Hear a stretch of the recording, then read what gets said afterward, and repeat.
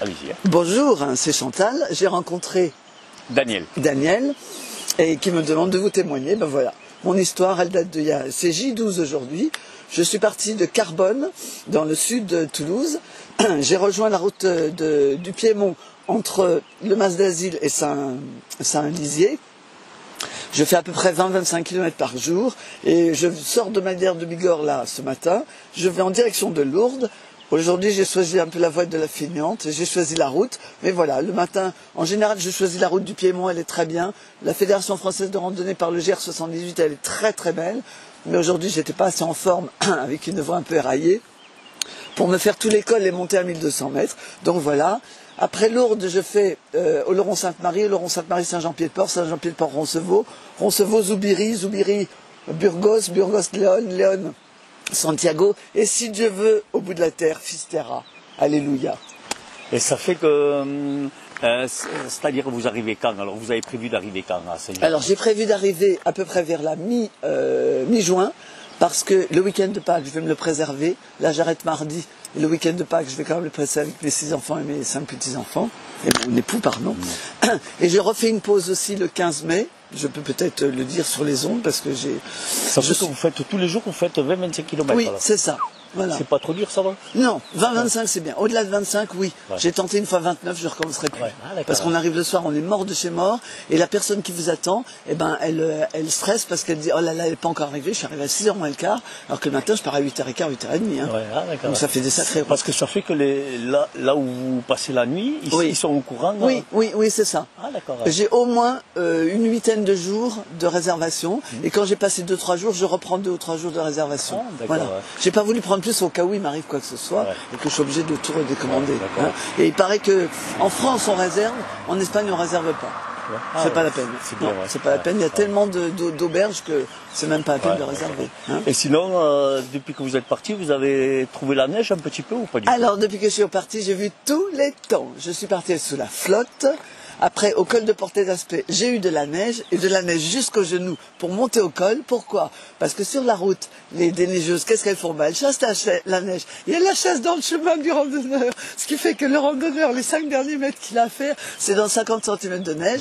J'ai connu des températures négatives, et là, je suis super contente. 17 degrés, là, aujourd'hui, ça va être extraordinaire. Un temps bien sympa, pas trop chaud, impeccable. Ça va me remonter le moral. Et puis voilà. Puis j'ai un époux qui me retrouve une fois par... Alors, dans mon sentier de Compostelle, je marche 6 jours et je m'arrête 1 jour. Et pendant ce jour de repos, mon époux il vient à ma rencontre.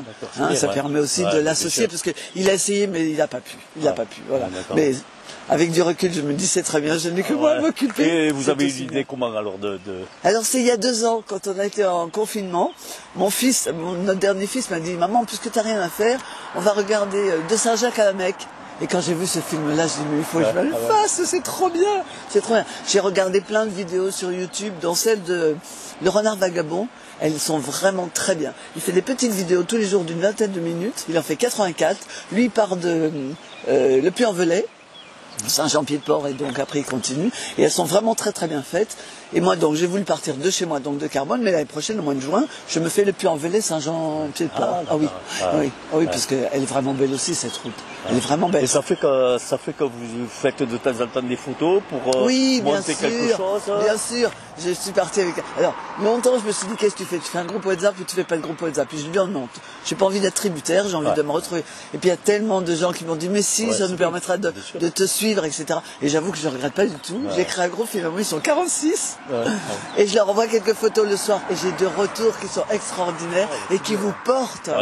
Quand vous n'avez pas le moral, vous lisez ça. Et franchement, c'est génial. Ouais, et puis ça fait un peu moins de coupures quand même. Oui, c'est ça. Exactement. Donc, franchement, c'est un beau chemin, je le conseille à tout le monde. Et si vous pouvez le faire, n'hésitez pas à le faire. Sincèrement, c'est beau. Voilà. Et sinon, quand vous arrivez à certains points, donc vous inscrivez, comment ça se passe alors? Quand j'arrive à certains points. Parce qu'il y a des points à faire ou pas du tout? Ah non, depuis le départ, donc, puisque je suis le chemin du Piémont, j'ai suivi, donc, j'ai préparé mon itinéraire ça fait 2-3 mois que j'ai préparé mon itinéraire. J'ai calculé 20-25 km par jour. Au bout de 25, je m'arrête, je regarde dans quelle étape je peux dormir.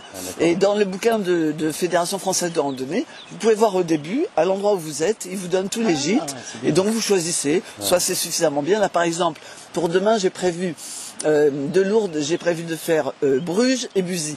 Et je pense que Bruges c'est 29, Buzy c'est 21. Je ne vais pas faire ça. Je vais aller un petit peu plus loin que Bruges et je vais faire 2 fois 25 parce que sinon ça va pas aller. Donc je vais rechanger mon topo ce soir, mais voilà, on est juste un petit peu en fonction de la santé, en fonction de la fatigue, en fonction de tout. Bien sûr. Parce que moi mon but c'est d'aller jusqu'au bout. Là, la personne chez qui je dormais ce matin, non, je devrais pas te laisser partir. T'as vu comment t'as la voix enrouée et tout. Je dis non, tu m'embêtes pas, mon mari m'attend à Lourdes. Mon mari m'attend à Lourdes. Après quand il pleut et tout ça, ça doit pas être évident par contre. Alors je préfère la neige que la pluie. Franchement, la neige ça colle pas. Alors, mais au niveau de la pluie, franchement, j'ai pas été embêté. Hier, c'était un temps qui était assez pluvieux. J'ai eu 3 petites ondées, elles ont duré quoi 2 minutes, même pas le temps de me tremper, après c'était sec. Et si, au moment où c'est bien tombé, j'étais à côté d'une grange, j'ai dit allez, je vais casser la croûte sous la grange et je suis reparti sous le soleil. Ça fait que quoi, dans les 25 km, vous faites 1 ou 2 pauses quand même pour manger et tout ça. Ah oui. Alors là par exemple, c'est la première pause depuis ce matin, je suis parti à 8h30 et je vais me refaire une pause à Neuilly, je pense, je suis à 1h30, donc je me referai une pause. Et effectivement, je casse la croûte en général au moins après la moitié du chemin. D'accord. Et c'est plutôt vers 1h30, 2h. Mais je casse la croûte parce que moralement, on marche beaucoup plus facilement le matin que dans l'après-midi. Dans l'après-midi, on commence à avoir la fatigue. Et donc, tant que je peux, j'avance. Et quand je vois que je peux plus ou que j'ai passé à moitié, je dis allez, tu t'arrêtes, tu te fais une pause et après, ça passe tout seul.